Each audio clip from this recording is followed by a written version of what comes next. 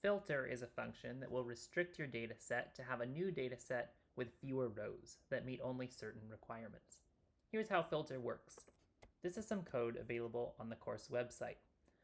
Filter is going to start with our data. Our data in this case are CPS data. They're data from the current population survey.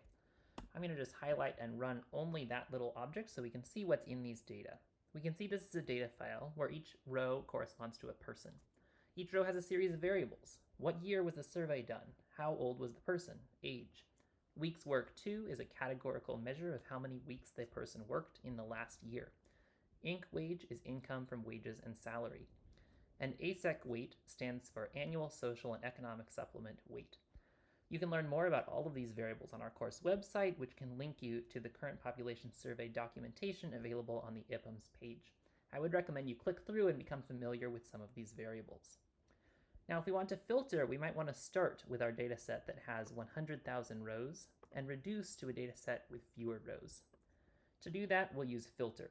We start with our data, which is the CPS data, and then the remaining arguments are logical conditions that are going to have to be met to remain in our data set.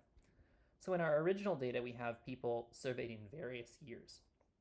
After we filter, we're going to only have rows which have the year variable taking the value 1962. So if I run this line, we'll see that we now have a new data set. Instead of 100,000 rows, it has only 419 rows. These rows all correspond to observations for which the year is 1962. We might want to store this filtered data set in a new object in our R environment. We might call that object filtered. So when we run this code, we now have filtered over here. It's the output of a call to filter. Now, when we're using lots of different arguments and functions in data transformation, we might want to use a more readable form of writing these functions. You'll note that the first argument in this filter call is a data set, CPS data. There's another way to pass that argument into the filter function. It's called piping. To use pipes, we're going to start by taking our data set. We're going to pull that out in front here. And then we're going to use the pipe. This is a vertical bar and then a greater than sign. Then we're going to hit enter, and we're going to type our next code down here.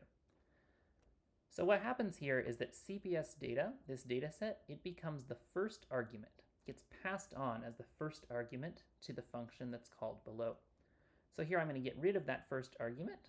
So now it already knows that the data we work with are CPS data, and we move right on to the next argument, which for filter are all the logical conditions that have to hold to remain in our data set. So if I run this line, you'll see that it accomplishes the exact same thing as what we had previously with our other way of writing filter. This is actually the way we're going to typically use the tidyverse functions, because we're going to end up with a whole series of filtering and data transformation functions all put together in a row. Now that we've illustrated with restricting to the year 1962, let's look back at the course website to see what we're trying to accomplish with filtering in this particular data set.